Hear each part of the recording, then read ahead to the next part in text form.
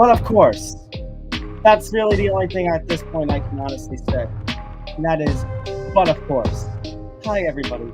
I'm Tom Albano. This is a bit of a breaking news stream here from the MMA Outsiders. And once again, I say what I need to say, and that is, of course, just because we can't go one weekend, especially one BKFC weekend, without Conor McGregor, especially if he's in a very drunk state, opening his mouth and making a claim that at this point, I don't know if I can believe, I don't know if I want to believe. And anyway, if anybody who watches this show or listens to this show knows, I refuse to believe. But alas, since I appear to be the only one available, Pat's sick. Zan's at the UFC Apex right now. So I'm trying to make this quick anyway because I'm still technically at work covering this card. I guess I'm gonna have to just quickly talk about this. So, about a half hour or so ago, Bloody Elbow with a report coming out. Apparently had an interview with Conor McGregor. This was done at Corby, and he is in this interview. McGregor is claiming that he is going to be returning to the UFC. Surprise, surprise, because this is the what comeback attempt after his broken leg against Dustin Poirier UFC 264? I don't know. I've lost count at this point. Supposedly a toe injury put him out of action before he was going to face Michael Chandler at UFC 303 after the two of them coached the Ultimate Fighter last year. Okay, pulling up the Bloody Elbow report. He says, quote, February 1st, Saudi Arabia pushed for an opponent, and he says Dan Hooker.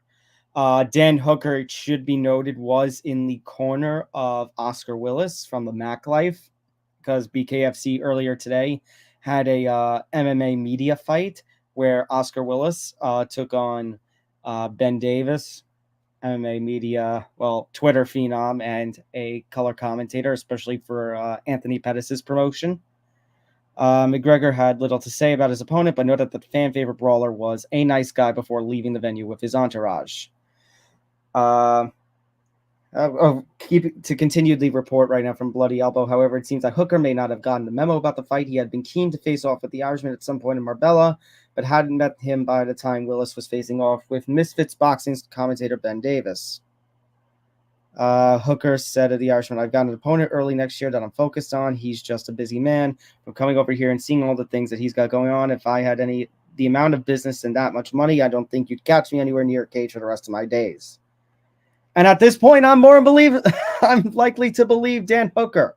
And I basically said that after Dana White came out, I think it was in August, after the first Contender Series show, and said McGregor wasn't fighting in 2024. I said, at this point, McGregor's not fighting ever again. I'm sorry. It's just not happening. And even Dan Hooker kind of admits that. This is definitely also a move that is kind of mind-boggling when you consider that obviously Michael Chandler is now going to face Charles Oliveira in the co-main event of UFC 309, Madison Square Garden, November 16th. But Dana did say that McGregor-Chandler was not completely dead, that it was still available on the table after the fight, after Chandler fights Oliveira. So I don't know where this is coming from. Now, the date does make sense. Zan, and I think Patty on the last episode, we have talked about it, that February 1st, the UFC is supposed to make its return to Saudi Arabia. And considering the Saudi comments following the first fight night card in August, that they wanted something bigger, a pay-per-view does make sense. This would line up perfectly with UFC 312, even though it would take place only a couple of weeks after UFC 311. UFC 311 is being targeted for January 18th for California, if I'm not mistaken, according to I say if I'm not mistaken, but that's according to rumors and what say. I'm part of hearsay. So it kind of makes sense. I mean, if they want something bigger, if Saudi's asking for something bigger, it's probably going to be pay-per-view. It's not going to be another fight night, especially if Conor McGregor's fighting. On one hand, I want to say, I've talked about how Saudi, the Middle East, have all the power right now, considering the money that's being invested in the likes of the UFC and the PFL and boxing. Saudi wants, Saudi gets. So if they want Conor McGregor, who's not to say that they're going to get Conor McGregor? That's just how things are. Now, on the other hand, we've noted Conor McGregor wants to fight twice in 2025, and the reason is because he has 2 fights left on his UFC deal. He wants to get out of that deal. The UFC, of course, as the insiders have kind of talked about, we're the outsiders, not the insiders.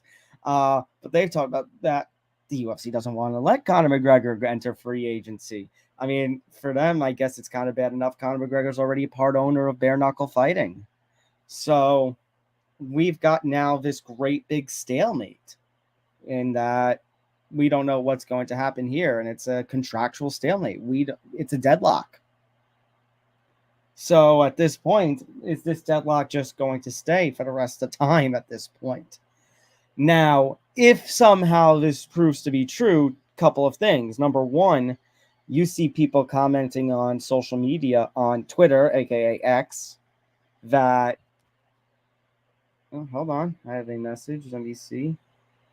Okay, it's just Dan with a little commentary from what's going on at the Apex right now.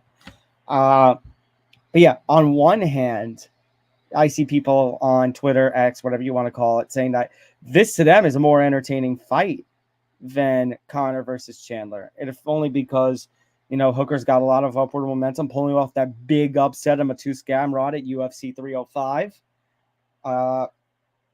He and his brawling style may work for an excellent fight with McGregor. And I still would, I was going for a first-round knockout for Chandler against McGregor. I'd probably say the same for Hooker.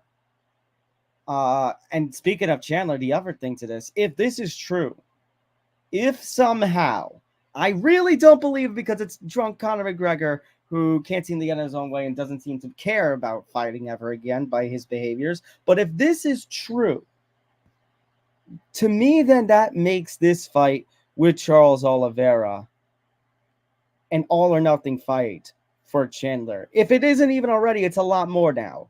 If this ends up being true. Because if Chandler wins, Zan and I talked about this several weeks ago. If Chandler wins and beats Charles Oliveira, why are you still going to chase the Conor McGregor fight? I mean, after all, there is, we know what a fight with Conor McGregor is going to do for somebody. It is going to bring in for them a lot of this. On the other hand, that would bring a win over Oliveira would bring him one step closer to a title shot. And even Oliveira has mentioned he does not want to fight Conor McGregor unless he's guaranteed a title shot next. So for Hooker, I mean, this definitely helps turn his career around. He's coming off a win, maybe a fight with Conor, somewhat helps, at least when it comes to and getting a little more star power before he challenges for a championship, or at least tries to challenge for a championship. But if going back to Michael Chandler, but if he loses this fight with Charles Oliveira, and then it's true that Conor McGregor and the UFC move on from the idea of McGregor versus Chandler, then Michael Chandler is left with basically nothing. Spent all that time waiting for the Conor fight for it to not happen, and then for the UFC or Conor, whoever's calling the shots, to move on, and then for Chandler to lose to Oliveira. At that point, you might be staring retirement in the face. That's just my 2 cents. All right. I got to get going because the main event of the Apex card is about to start. But final, if you missed it, you can go back, watch this footage here. But again, Conor McGregor has told Bloody Elbow in an exclusive interview, maybe not the best state, maybe a little bit of a drunken state, but whatevs, that the new plan now is February 1st, Saudi Arabia. We presume UFC 312 against Dan Hooker and not Michael Chandler. Of course, this is Tom Albano talking, and you know what I've said on this show. At least anybody who watches our show knows what I say week after week. I will believe a Conor McGregor comeback when I see it. So I'm not taking his word for it. But nevertheless, That's the latest word. All right. Go watch the rest of the Apex card, everybody. We got the main event coming. I'm Tom Albano. We'll catch you next time here on the MMA Outsiders. Bye.